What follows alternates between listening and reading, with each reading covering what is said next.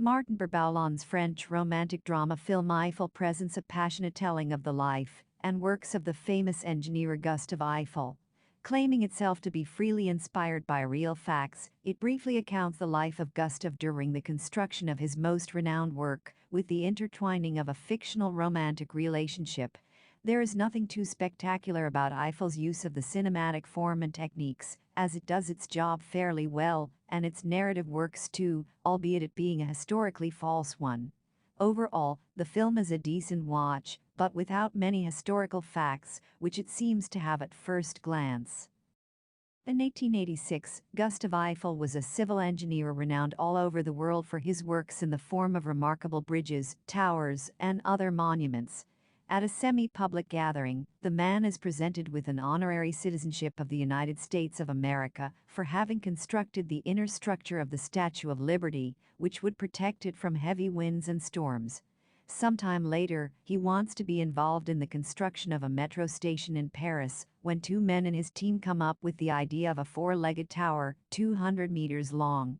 But Gustave is hardly impressed or interested in making something that would be taken down 20 years later, and instead wants to build something useful and everlasting.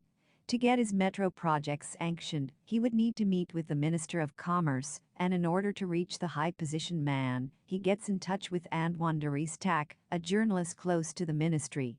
Gustave and Antoine once used to be classmates, and the journalist readily invites him to a party where the minister would also be present. Gustave goes over and has a successful introduction with the minister, but is completely taken aback by meeting Antoine's wife, Adrienne. At the gala dinner, he cannot help but exchange glances with her, and it is evident that the two share some history together. Hearing his plan to build a metro, the minister plays it down, asking for something more iconic, and Adrienne agrees, saying that France needs something more audacious at the moment. Spurred by an intense moment of personal recollection, Gustave Eiffel promises a 300-meter-long tower, made entirely out of metal that he would build in Paris, accessible to all classes of society. What happened between Gustave and Adrienne?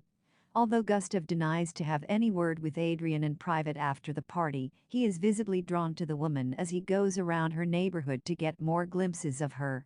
He meets Antoine, who invites him to his house, and Gustave soon finds himself sneaking into their bedroom, looking at everything belonging to Adrienne, which rekindles his old memories. Back in 1860, Gustave was in his novice years professionally, building a bridge over the Garonne River in Bordeaux.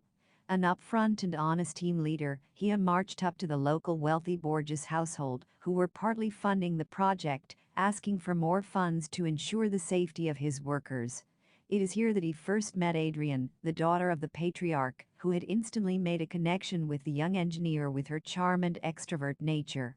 At her birthday party, Gustave tried to express his passion by moving in for a kiss, only to realize that Adrienne was not on the same page yet. Walking out of the party, enraged by Adrienne's dismissal, he kept no contact with her or her family. But the girl, of course, also had growing feelings for the man, and visited his work quarters a few days later, only to be harshly turned away by him. Unable to take this insult and knowing that Gustave would rush to save her, Adrienne jumped into the river and was subsequently rescued by the man. From then on, the two started a passionate affair, making use of every chance to get intimate. However, on the day of the bridge's inauguration, Gustave did not see his beloved, who was expected to be there, and went over to her house. He realized that the Borgias had gotten to know of their affair, as the father told him that Adrienne had gone away and had no intentions of marrying him. Although shocked at his lover's sudden turn, Gustave made it known that he would still wait for her if she ever returned, but unfortunately, that never happened. Over the years, Gustave made himself grow strong over the incident, teaching himself to be apprehensive towards the rich and upper classes, as he believed Adrienne had abandoned him because of the difference in social class between them. 26 years later, at present, Gustave and Adrienne once again find opportunities to get close to each other, even once helplessly holding hands at a public gathering, in front of her husband, Antoine. The husband grows wary of this development and goes through Adrienne's private letters to find out about their affair in the past. Antoine grows cold towards his old friend and on one occasion intentionally gets Gustave delayed for an important meeting to gather support and funds. But nothing can dissuade the lovers, and Adrienne finally reveals her side of the story when they secretly meet in a hotel room. She had been very excited about visiting the inauguration and also expressed her wish to get married to the engineer to her parents. But the parents were totally unconvinced owing to their high-class heritage. Adrienne then revealed to them that she was pregnant with Gustave's child, something that she had not yet told her lover. This led to her having to try and run away from her house, with her father chasing behind to stop her. In an attempt to jump over a wall with metal spokes, she accidentally stabbed herself in her belly, terribly injuring herself and also killing the baby in her womb. Finally, after all these years, Gustave feels extremely sorry for the misbelief he held on to inside his head, and the two lovers reconcile. This entire arc also shapes Gustave as a character and as a father in his personal life. Although he is not too convinced by the choice of lover by his eldest daughter, he keeps supporting the girl and never dissuades her from getting married to the love of her life. How did Gustave deliver on his promise of a 300 meters high tower? Although Gustave's initial plans and designs for the tower to be built in Paris did convince authorities and workers alike to get involved in the project, he did not have smooth sailing throughout the construction phase.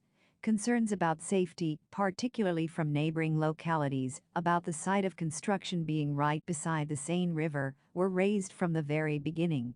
Government officials also got involved, but ultimately allowed the project to go on based on Gustave's passion and his status as a creator of iconic monuments.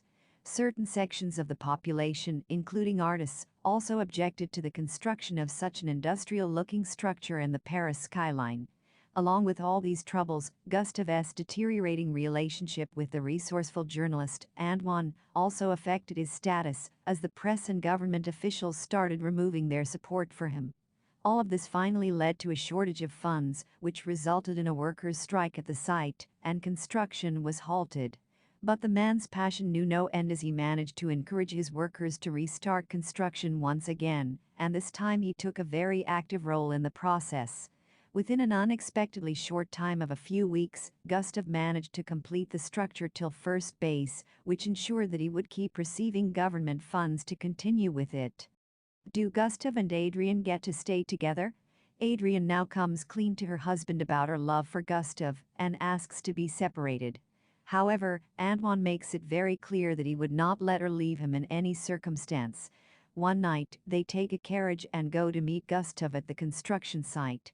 Calling the engineer into the carriage, Antoine tells him that he won't let his wife, whom he had accepted after her parents had disowned her, run away with a lover from her past.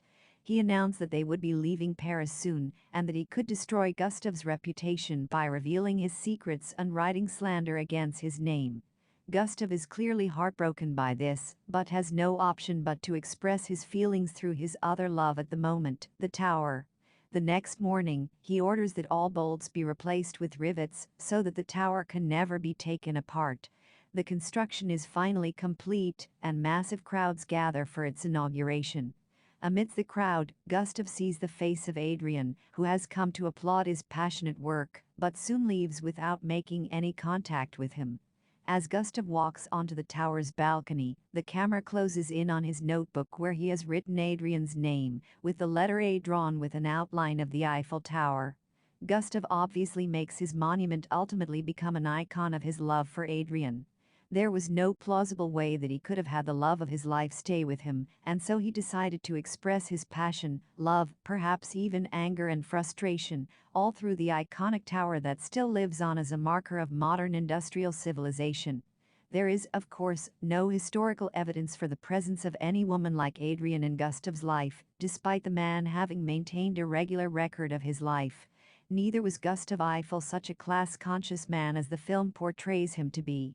It is understandable, though, as the director takes his own creative liberty to tell a fictional tale of love about a historical man. There is perhaps no history to learn, as such, but overall, Eiffel is not a bad watch either.